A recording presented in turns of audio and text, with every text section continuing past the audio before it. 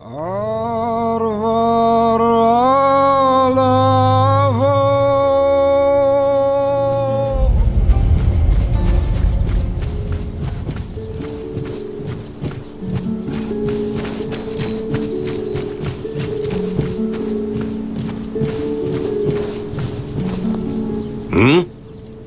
there?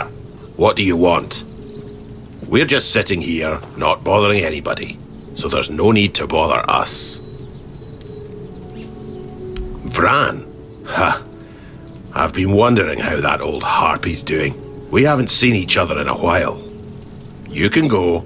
If you know our sister's name, that means you survived meeting her. That's enough for me to let you pass by.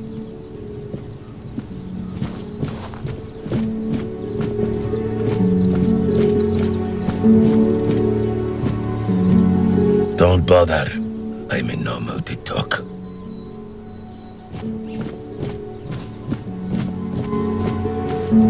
Speak up or get lost. We've got a job to do. Working hard. We're gathering people. But we don't need anything from you. You've got some guts. Walking right up to a pair of Dál Riata without even flinching. Well, well. Impressive, indeed. We're Dál Riata. We make sure that the Kamelot scum infesting Cuanacht don't even dare to think about heading south. Imagine, a Kamelotian who's also a deserter. Unbelievable. Even Grindelows have their honor, unlike those scum. And catching a deserter? Now that's a real treat. Aye, there are. We've been here for 2 years now, and are multiplying like vermin. It all seemed innocent at first. They were just supposed to help the local lord to mine resources. Ha, sure. And those nitwicks from Cuanacht fell for it like naive children. So when the troops arrived, they were caught completely off guard. The Red Priests came along with the troops, and then, out of nowhere, the Red Death resurfaced. Even now, as the Kamelotians aim to take the menhir, the village is torn. Some want to go to Kamelot, others want to stay. It's a complete mess in there, Mathair help me. She won't. The goddess doesn't like people like us. Shut your mouth. You're flapping your gums like a wench in a brothel. Anything else? Or will you be on your way? We do what any honorable warrior would do with deserters. We help Kamelot get rid of their cowards. You could say those vermin owe us a debt. Thanks to us, they're well fed, and Denham pays us handsomely. A Kamelot legate.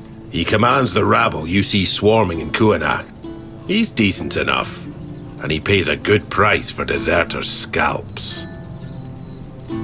Good hunting.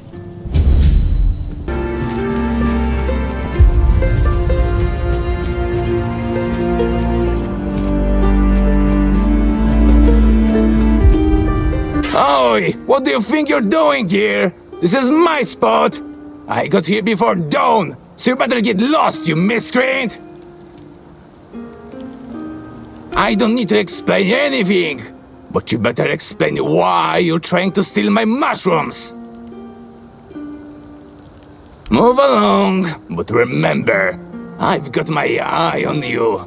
If you start snooping around the grass here, you'll get a taste of my knife!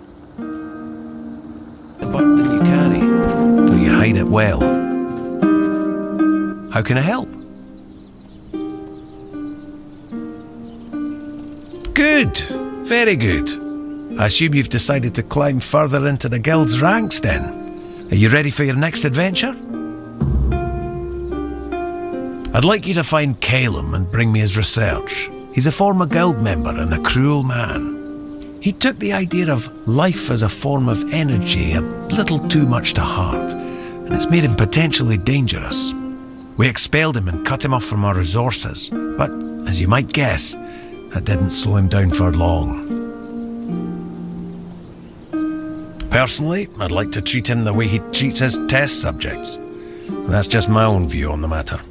The guild only wants information on what he's doing. It'd be best if you didn't get yourself killed while gathering it.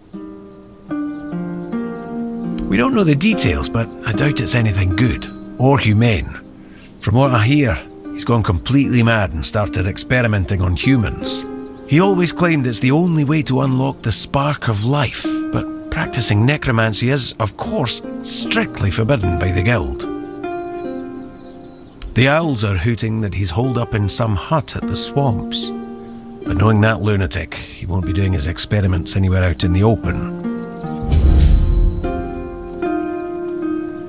What do you need from me? What does it matter what he thinks? He has his mission, the tribes have theirs, and I have mine. History is unfolding elsewhere, and the guild intends to secure a place in the front row. It doesn't matter who rules the south. The fate of all Avalon is at stake. If people wish to kill each other in the meantime, the guild won't stand in their way. It's unrelated to your task, but since you're curious, this is the statue of the Morning Harpist, built in the memory of the twin sisters from the court of Sagramore, the former ruler of Cuanacht and its lands. Legend has it that one sister killed the other out of jealousy for her talent. They also say that if you camp here at night, you might hear the wailing of the betrayed sister. But with the weirdness so thick, who'd camp here at night? The inn at Cuanacht is far more welcoming. That's all I know. But if you ever come across the remnants of the royal geographers, they might be able to tell you more. May Mather's strong arm embrace you.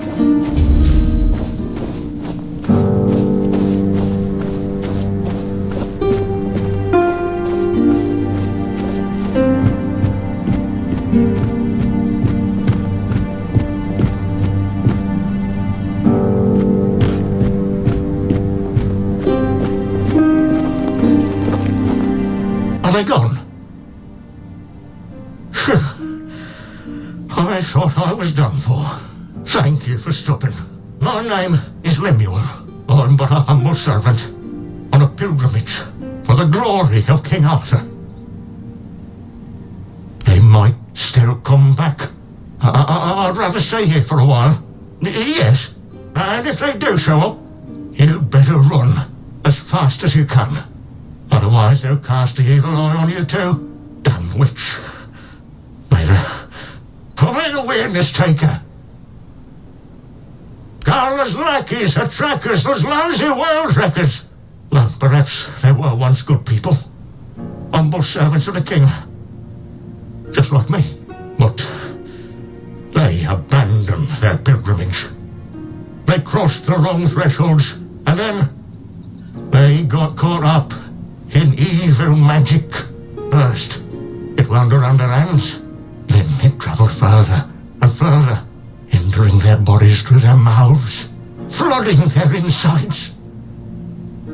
She's trying to finish what she started. She wants me. Her goal is to turn a royal pilgrim into a corrupted heretic. But enough about Carla, enough. Our conversation might attract the trackers. Unless you would be willing to confront her. The profession of a witch hunter is a noble one, and it offers generous rewards, particularly if you succeed in bringing in the head of a hag like Carla. Oh, well, decades ago I fled my village.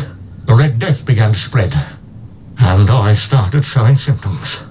I was terrified the Red Priest would take me to the island asylum. That's when I met that monster, Carla. She promised she could cure me. She was so beautiful. Then when we were getting, intimate with each other, I had a vision of King Arthur. He warned me that she was a witch. A terribly evil witch. That's when it all became clear. Carla must have put some kind of spell on me. I couldn't resist. I was bewitched. So I ran. And now, she's furious with me because she couldn't keep me. They seem human, but their eyes are completely empty. They have a strange look in them. Hateful. They seldom speak, but when they do, you can feel your throat tighten. It's pure heresy. And wherever they appear, you can be sure Carla isn't far behind.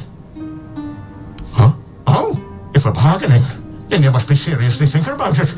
I promise you mountains of gold, but alas, I'm just an old, humble pilgrim. However, I do possess a very special relic. Something perfect for a brave soul like you.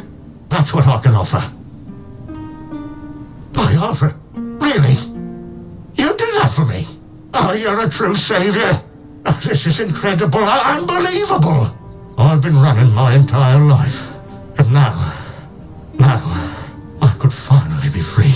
For now, I'll stay in my barrel, but please, return as soon as you can. Hurrah!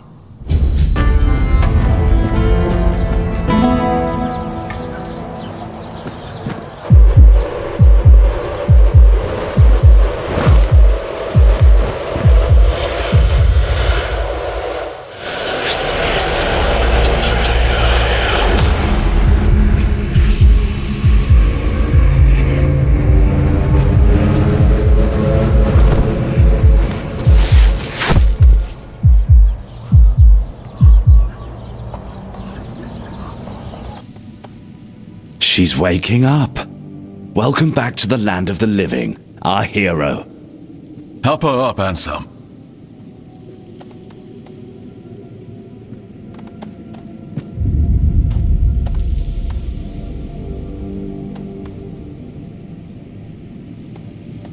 Welcome to my home. Quite a scene unfolded at the Menhir, with you at the heart of it. I can't decide if I'm more delighted or surprised. What was it that made the Menhir react to you? I see. You have a habit of not taking things seriously, don't you? But this is no trivial matter, so I demand respect. Come now, you must have a theory. The local Menhir here have been rather lifeless for quite some time. Then you come along, breathe life into what was dead, and, whether you meant to or not, alter the course of our history. That's how I see it anyway. Tell me, do you know what this Menhir represents? Is that so? That would be quite the discovery. The people of Avalon still believe the legend, that Merlin, under King Arthur's command, raised the Menhirs to protect us from the mist that spawns monsters. But none of this matters in our current situation. Here, the Menhir represents something more. For some, it's a symbol of freedom and independence. Strength, if you will. It shows that the people of Cuanacht, my subjects, can face any challenge, even at the world's end. And for others, like our guest from Kamelot, whom I'm sure you've seen, it's a symbol of power. Power once granted by King Arthur, and therefore by Kamelot. And power that has been granted can be taken away. Officially, they say they want to gather all the Menhir scattered across Avalon, set them around Camelot, and bring people there to ensure their safety. That is, if they can figure out how to restore the power of the Menhirs. I don't think we know each other well enough to speak on unofficial terms. I'm well aware. And now we're also facing an outbreak of the Red Death, which will no doubt influence Camelot's decision on whether to offer my people shelter. But with the Menhir reignited, the people of Cuanacht will be even less willing to give up and go to Camelot. If anything, I expect rebellion to break out, and bloodshed is something neither we nor the capital want. I don't know, to be honest. It's not something I could admit publicly, but I feel both sides have a point. I understand the people who don't want to abandon their homeland, and I understand the knights who must face a long-lost terror and find a solution to an impossible problem. Believe me, being a lord in times like these is a heavy burden. I want you to speak with Dinho and try to calm him down. He's the commander of Kamelot's forces stationed in Cuanacht, and as you probably imagine, your presence here didn't exactly make his job easier. With the men here active again, everything could change. Palamiti's shield, you say? An unusual request. That shield rests beneath the men here. And legend has it that it used to fuel its power for centuries. I don't mind if you look at it, touch it, whatever you need. Just don't take it. It's a treasured relic, and the people of Cuanacht are quite attached to it. And you're probably just as attached to your head, which you'll lose if we catch you trying to steal the shield. If you need anything, speak to Ansem. He's the one who decides what's worth my time.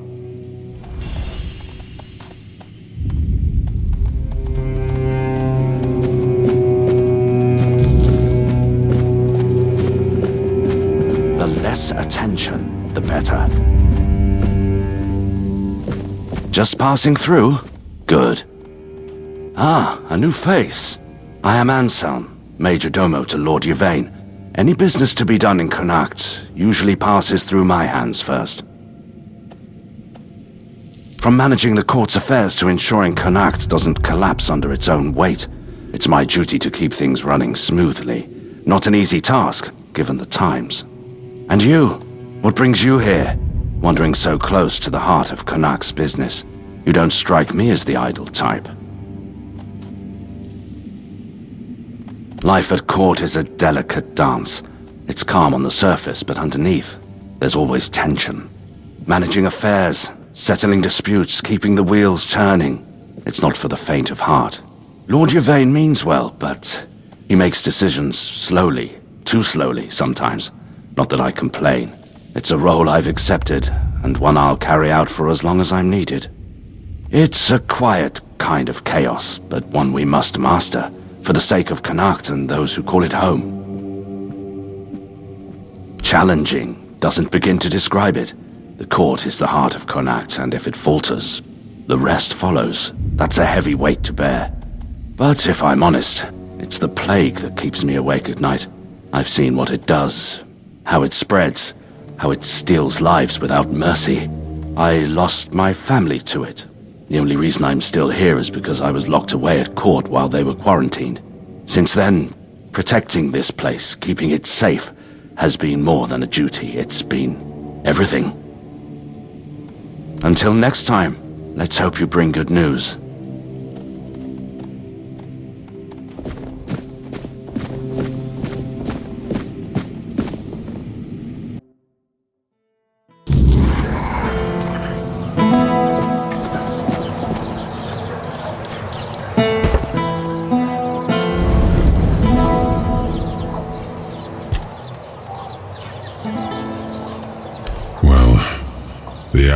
Has fallen far from the tree. I don't see the air of Palamedes in him. His ancestor was a ruler devoted to his people. He was even capable of defying me when the situation called for it. I always respected him for that. And Yvain, I see a man trying to please everyone. That is the gravest sin a leader can commit. Decisions are never easy, but they must be made.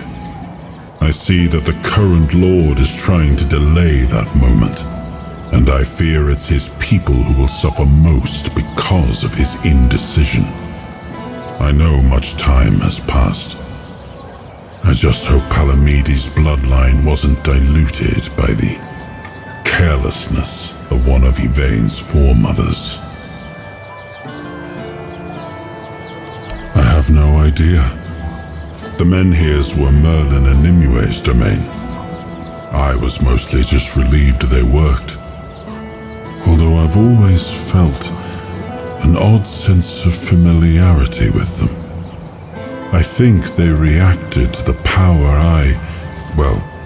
we now wield. The four-dweller element within us. But why and how? That's beyond even my understanding. But tell me, are you well? You were unconscious for a while. I'm not inside your mind. I can watch, and sometimes I can help, but nothing more than that. Your feelings, your pain, they're yours alone. I cannot take them from you, nor shield you from them. Throughout my life, I've rarely been idle. This helplessness feels unsettling at times.